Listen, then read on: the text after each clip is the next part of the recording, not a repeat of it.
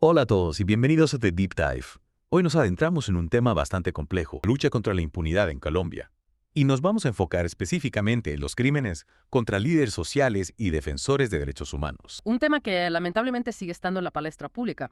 Colombia, como sabemos, pues tiene ese terrible récord de ser el país más peligroso para quienes defiendan los derechos humanos. Exacto, y las cifras son realmente preocupantes. De hecho, la nueva fiscal general, Luz Adriana Camargo, ha puesto bajo la lupa la gestión de su predecesor, Francisco Barbosa, cuestionando precisamente su efectividad para luchar contra esta impunidad, especialmente en casos tan sonados como el de Odebrecht. Y lo que hace todavía más grave este análisis es que Camargo no solamente señala una falta de resultados, sino que habla de cifras infladas, que si esto fuera cierto, pues estaríamos hablando de una manipulación, en fin, muy grave. Eso suena realmente serio.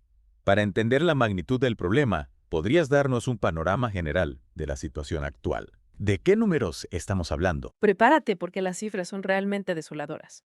Entre 2016 y 2024 se registraron 1.362 asesinatos de líderes sociales y defensores de derechos humanos. Para que tengas una idea, en 2023 casi la mitad de los defensores asesinados en todo el mundo eran colombianos. Es una cifra que impacta, ¿no? Y nos pone en perspectiva la gravedad de la situación. ¿Y dónde se concentran estos crímenes? ¿Hay algún patrón geográfico? Si la fiscalía, digamos que es como el FBI colombiano, ha identificado que más de la mitad de estos homicidios se concentran en 5 departamentos: Cauca, Antioquia, Valle del Cauca, Nariño y norte de Santander. O sea que no estamos hablando de un problema aislado, sino de una problemática que afecta a varias zonas del país. Y aquí entra el concepto de impunidad, ¿verdad? Porque no basta con registrar los casos. La clave está en que haya justicia real para las víctimas. Y aunque se han logrado algunas condenas, la verdad es que la mayoría de los casos no ven justicia real. De hecho, un análisis de 96 sentencias de primera instancia, fíjate, revela que el 64% fueron producto de preacuerdos, o sea, acuerdos entre la fiscalía y los acusados para una sentencia más rápida. Eso me lleva a preguntarme, ¿se está privilegiando la rapidez por encima de la justicia real en estos casos? ¿Se están sacrificando quizás investigaciones más profundas por la necesidad de mostrar resultados rápidos? Es una pregunta, bueno, compleja que seguro muchos estarán haciendo.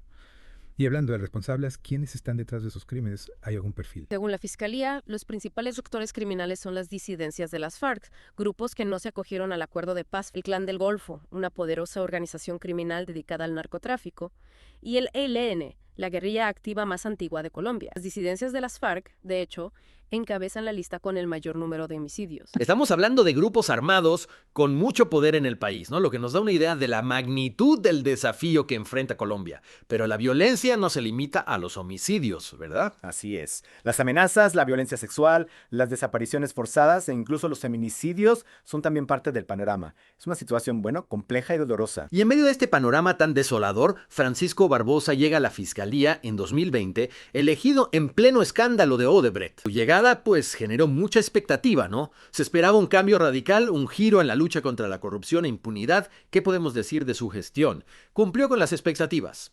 Bueno, la nueva fiscal, Luz Adriana Camargo, ha sido bastante crítica con la gestión de Barbosa, calificándola de sin resultados, especialmente en el caso Odebrecht. Afirma que se perdieron 3 años y que no se avanzó lo suficiente. Ajá, que es donde se pone interesante, ¿no? Tenemos dos versiones opuestas. Profundicemos un poco más en el caso Odebrecht, que parece ser un punto de quiebre.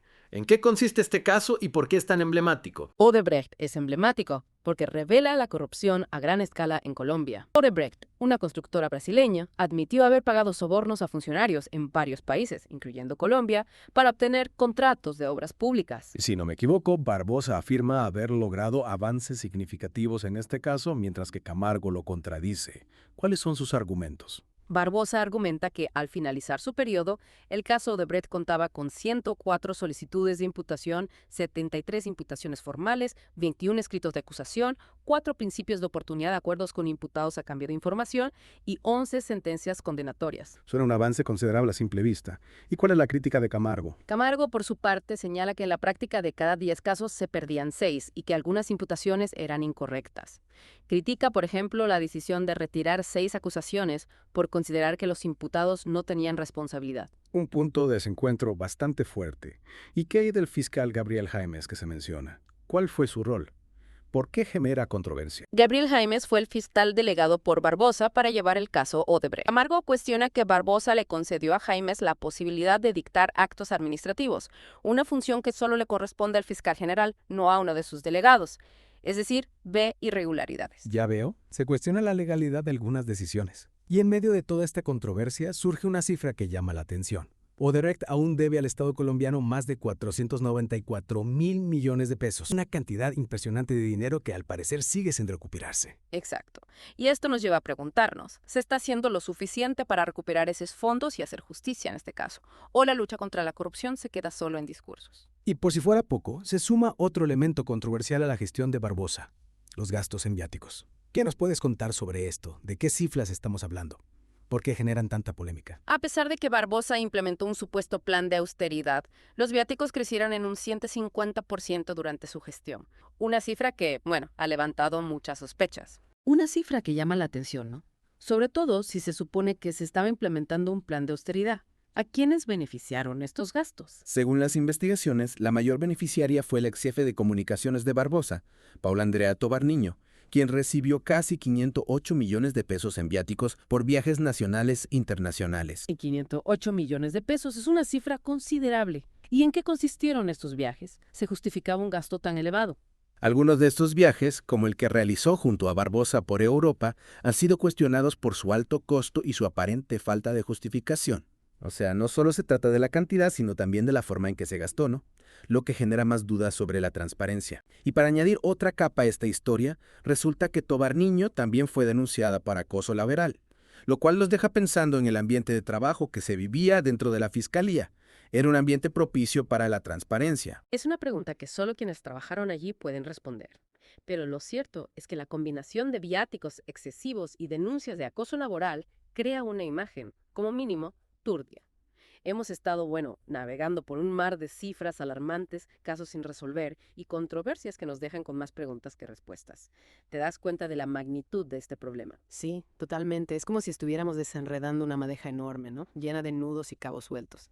Pero en medio de todo este caos, no podemos olvidar lo más importante. Las víctimas. Las familias que siguen esperando justicia por sus seres queridos. Tienes toda la razón, no podemos olvidar ese lado humano de esta tragedia. Detrás de cada cifra hay una historia de dolor, de sueños truncados. Y mientras nosotros debatimos sobre cifras y gestiones, hay familias que siguen buscando respuestas, que esperan que se haga justicia. Y volviendo a la gestión de Barbosa, mencionaste un supuesto plan de austeridad.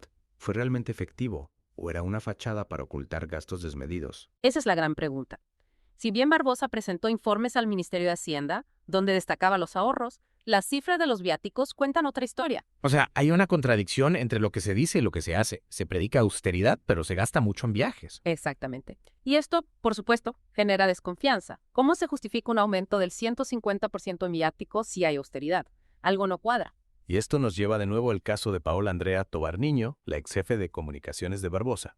¿Su caso es un ejemplo aislado o es un síntoma de un problema más generalizado dentro de la Fiscalía? ¿Crees que hay una cultura de gastos excesivos? Es difícil asegurarlo con certeza, pero el caso de Tovar Niño siembra la duda, ¿no? Sobre el manejo de los recursos. Recordemos que no solo recibió mucho dinero en viáticos, sino que también fue denunciada por acoso laboral.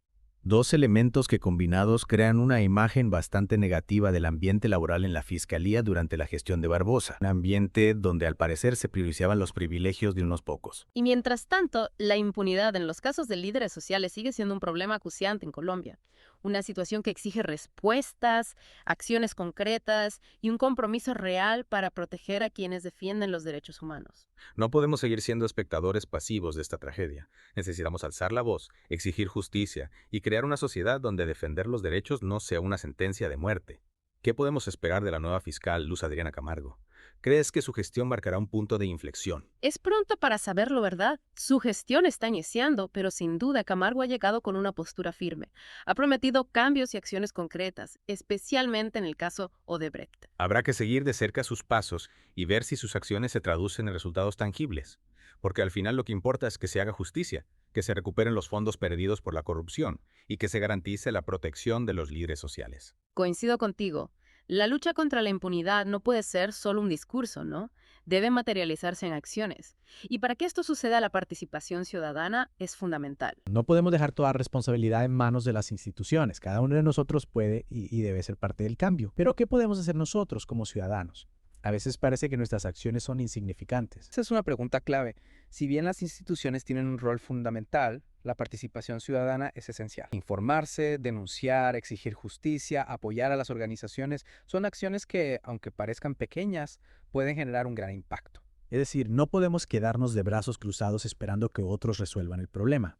La lucha contra la impunidad nos incumbe a todos, y cada acción, por pequeña que sea, puede sumar para generar un cambio real. Cada uno de nosotros puede ser un agente de cambio y contribuir a construir un país donde la justicia y el respeto a los derechos humanos sean la norma, no la excepción. Y para lograrlo, necesitamos mantenernos informados, activos y comprometidos. Hablando de información y compromiso, ¿qué podemos hacer para seguir profundizando en este tema? ¿Hay algún recurso que recomiendes? Es muy cierto, mantenerse informado es clave para poder actuar. Hay mucha información disponible, pero a veces es difícil saber dónde buscar fuentes confiables, ¿no? Análisis más profundos. Totalmente. Mucha desinformación circulando, así que es importante acudir a fuentes confiables, pero siempre desde una perspectiva crítica y constructiva. Interesante. ¿Y dónde lo pueden encontrar nuestros oyentes? En YouTube. Simplemente buscas Voces de Colombia y te aparece el canal. Suscríbete para no perderte ningún episodio y dale me gusta a los videos que te interesen para que, el podcast llegue a más personas. Excelente recomendación. Siempre es bueno tener acceso a información de calidad. Y bueno, volviendo a nuestro tema principal, hemos navegado por las cifras, los casos, las controversias. ¿Qué significa todo esto para nuestro oyente? ¿Qué podemos aprender de esta inmersión en la lucha contra la impunidad en Colombia? Esa es la pregunta clave. Hemos visto un panorama, bastante desalentador, con una impunidad que pareciera enquistada en el sistema, pero no podemos caer en el pesimismo, ¿no? Hay que buscar la luz al final del túnel. Y esa luz, creo, puede venir de varios frentes. ¿A qué te refieres? ¿Cuáles son esos frentes?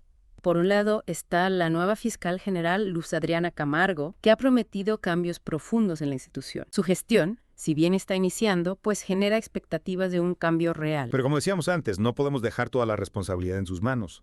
La lucha contra la impunidad requiere de un esfuerzo conjunto, una presión constante desde la sociedad civil. Y aquí es donde entra nuestro oyente. Informarse, denunciar, participar en espacios de debate, apoyar a las organizaciones. Son acciones que, aunque parezcan pequeñas, pueden marcar la diferencia.